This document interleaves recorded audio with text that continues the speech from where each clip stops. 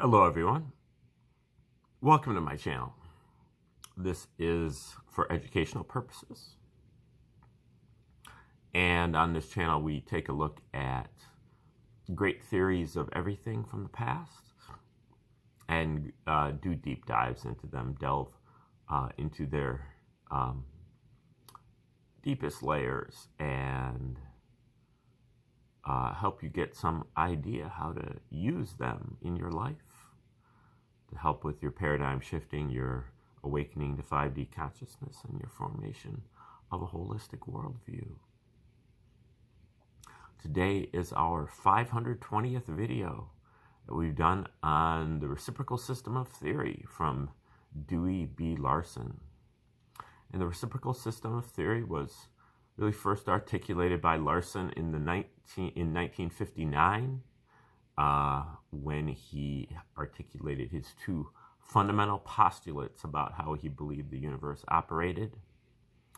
And the first postulate is the main importance, where he said that the universe is composed entirely of one component.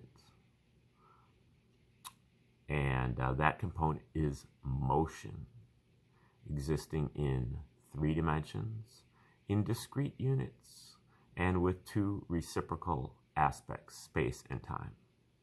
So Larson's universe is made out of motion, not matter, not energy, but motion. And motion is the relationship between space and time.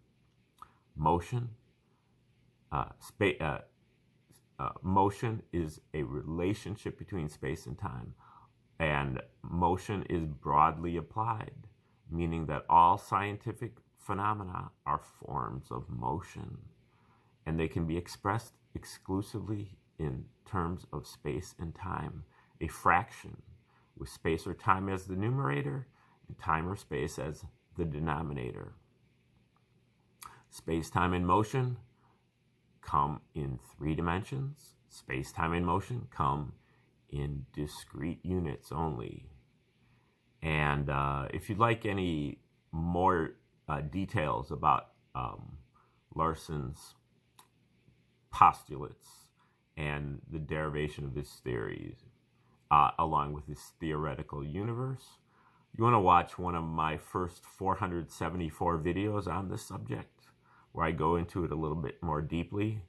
But for now, we're going to try to turn some pages of his book called Basic Properties of Matter, which is the result, came out in 1987, just 3 years before he died. And it is the result of comparing his theoretical universe, which is what he derived from his postulates, what his universe would look like if his postulates were correct, and comparing that theoretical universe with the measured empirical universe of modern science, which they have compiled in their scientific tables. So basic properties of matter has to do with chemistry, and Larson arrives at equations for many of the basic properties of matter, like the melting point, and then he compares his results with the scientific tables. We're actually about to start the final chapter of this book, chapter 27, Mass and Energy. And again, if you, I'm going to basically assume that you have a working knowledge of Larson's system here, or at least that you are an intrepid explorer into the unknown.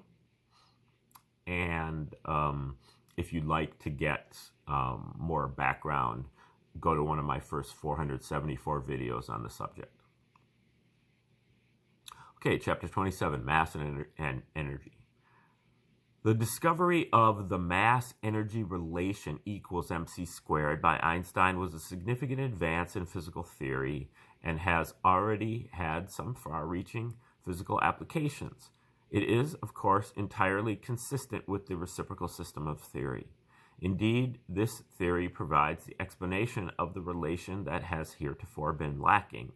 It is not always recognized that, in the light of current physical thought, This is a very strange relation.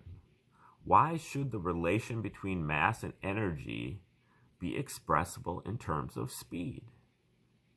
Einstein supplied no explanation. He derived the relation from the mathematical expression of his theory of relativity, but a mathematical derivation does not explain anything until an interpretation of the mathematics gives that derivation a physical meaning. The information that has been missing is now supplied by the reciprocal system. In the universe of motion, defined by that system of theory, mass and energy are both reciprocal speeds, differing only in dimensions. Mass being three-dimensional, while energy is one-dimensional. Unit energy is therefore the product of unit mass and the second power of unit speed, the speed of light.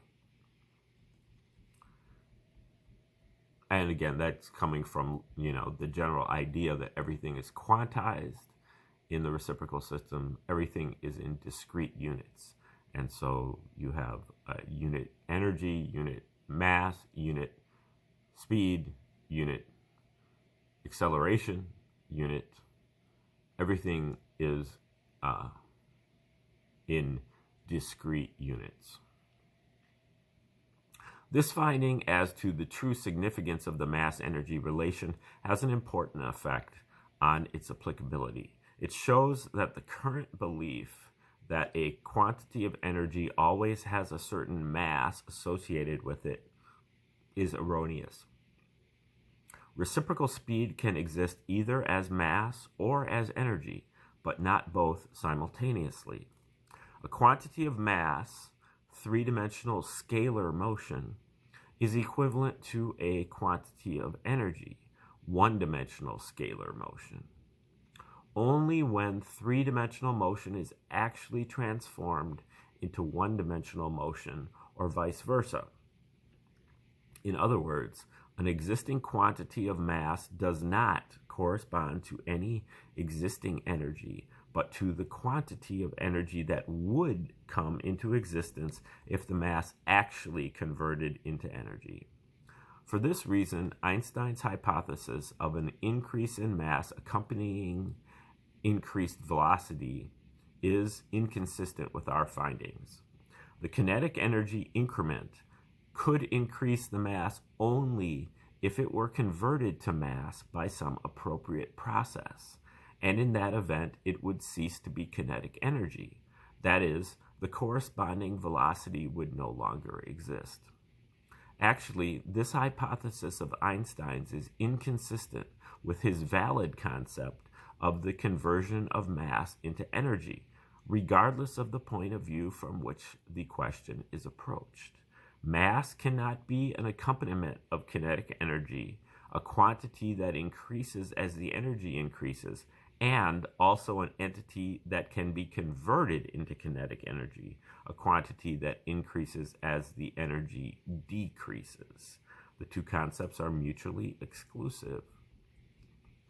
In the theoretical universe of motion now being described, the mass-energy relation is applicable only to those processes in which mass disappears and energy appears, or vice versa.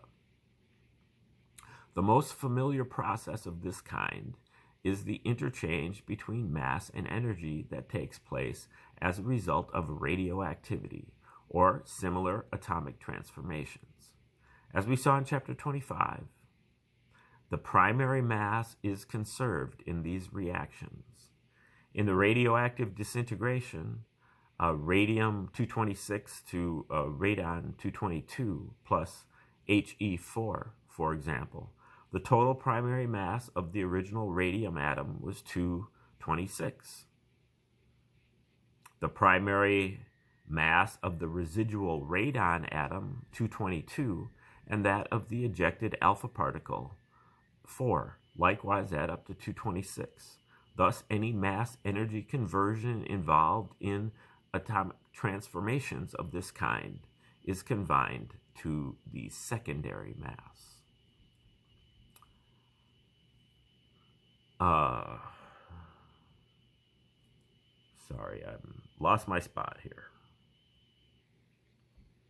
It looks like I've really lost my spot. Okay, here we go. Sorry. Current scientific opinion regards this secondary mass component as the mass which, according to accepted theory, is associated with the binding energy that holds the hypothetical constituents of the hypothetical atomic nucleus together. It must be conceded that this binding energy concept fits in very well with the prevailing ideas as to the nature of the atomic structure. But it should be remembered that the entire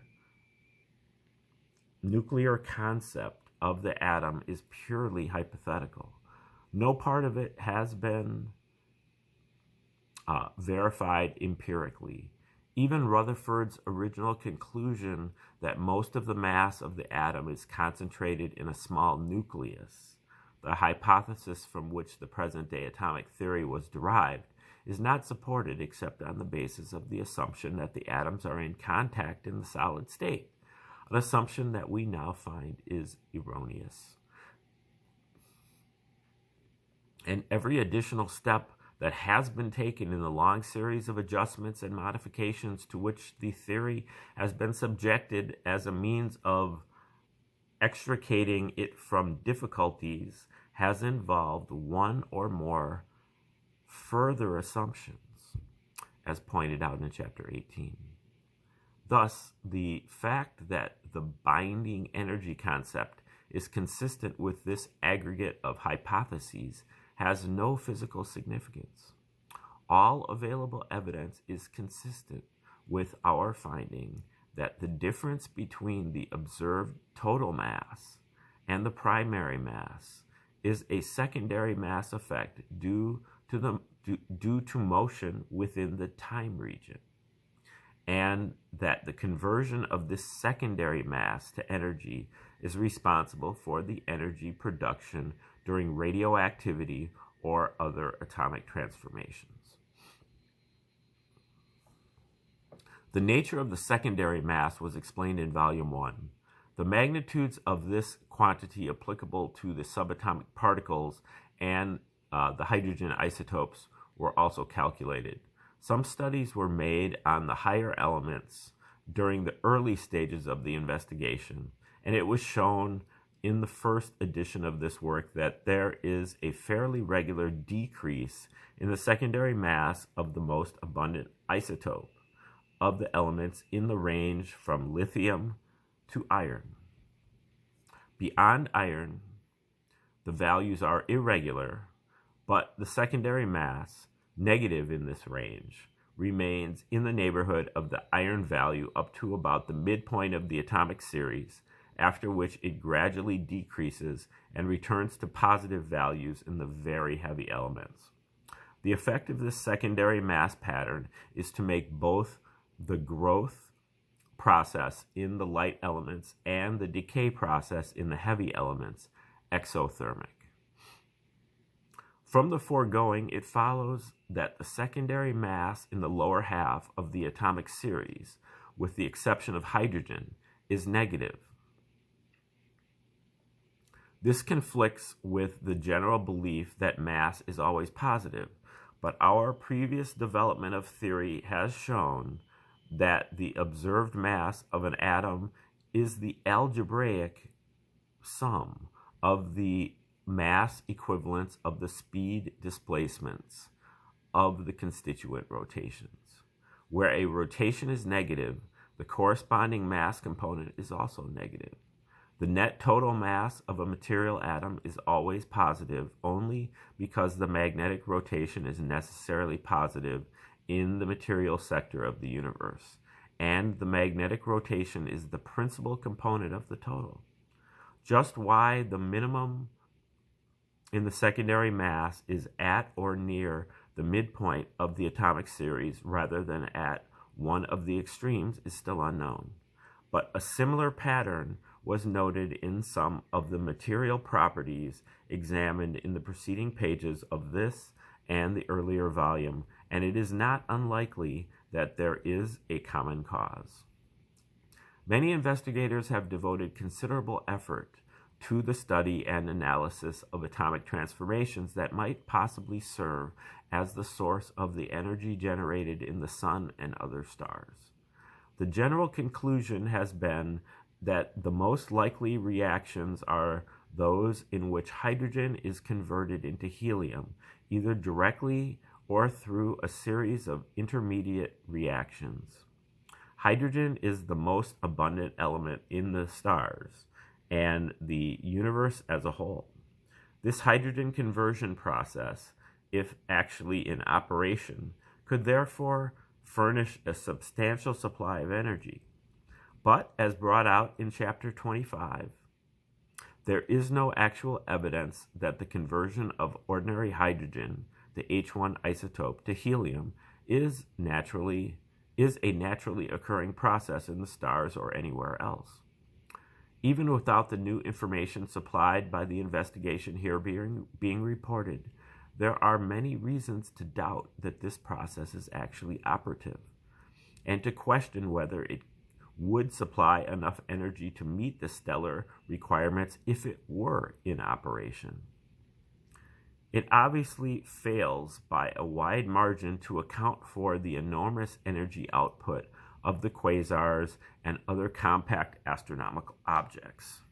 As one astronomer states the case, the problem of accounting for the energy of the quasars, quote, is widely considered to be the most important unresolved problem in theoretical astrophysics, end quote.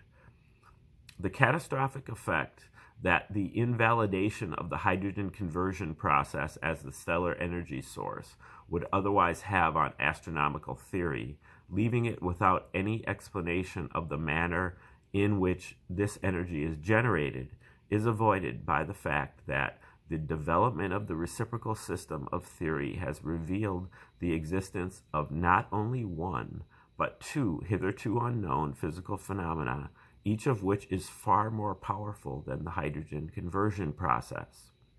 These newly discovered processes are not only capable of meeting the energy requirements of the stable stars, but also the far greater requirements of the supernovae and quasars, when the quasar energies are scaled down to the true magnitudes from the inflated values based on the current interpretations of the redshifts of these objects. Perhaps some readers may find it difficult to accept the thought that there could be hitherto unknown processes in operation in the universe that are vastly more powerful than any previously known process. It might seem that anything of that magnitude should have made itself known to observation long ago. The explanation is that the results of these processes are known observationally.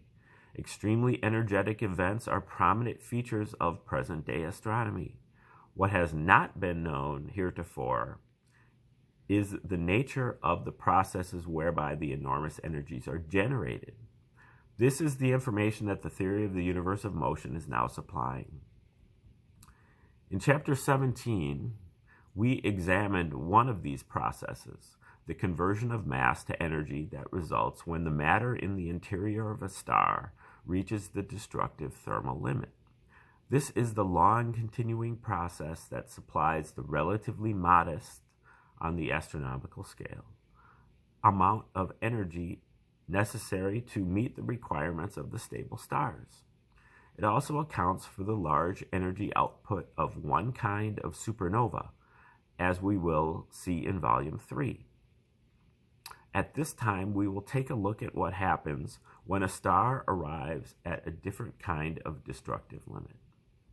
The destructive limit identified in Chapter 17 is reached when the total of the outward displacements, thermal and electric ionization, reaches equality with one of the inward rotational displacements of the atom, reducing the net displacement of the combination to zero and destroying its rotational character.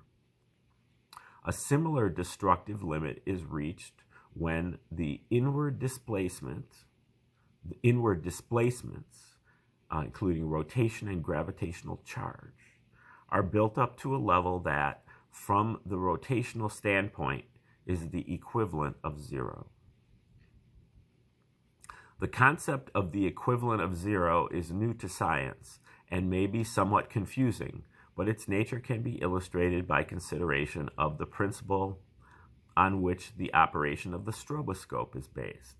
This instrument observes a rotating object in a series of views at regular intervals. If the interval is adjusted to equal the rotation time, the various features of the rotating object occupy the same position in each view, and the object therefore appears to be stationary. A similar effect was seen in the early movies, where the wheels of moving vehicles often appeared to stop rotating or to rotate backward. In the physical situation, if a rotating combination completes its cycle in a unit of time, each of the displacement units of the combination returns to the same circumferential position at the end of each cycle.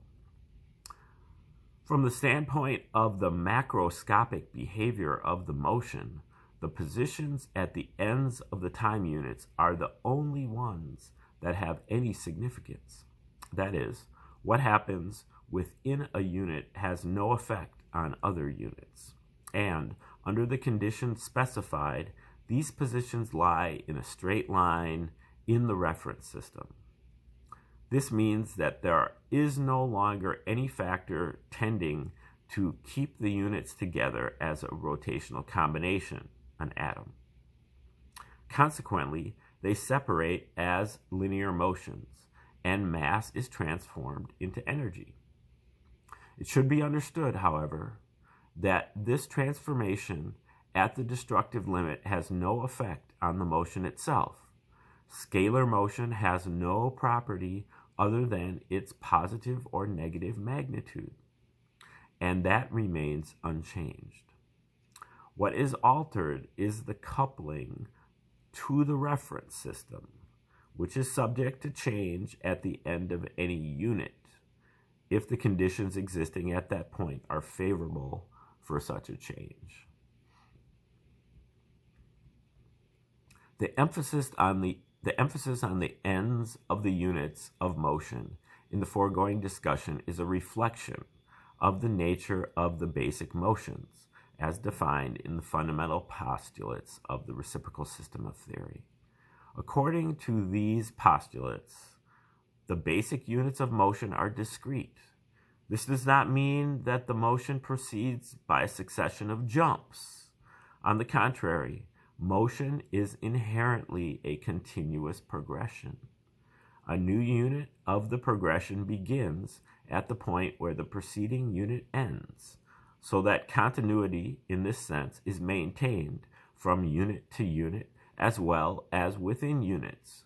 But since the units are separate entities, the effects of the events that take place in one unit cannot be carried forward to the next, although the combination of the internal and external features of the same unit may be effective, as in the case of the primary and secondary mass. The individual units of motion may continue on the same basis, but the coupling of the motion to the reference system is subject to change to conform to whatever conditions may exist at the end of a unit.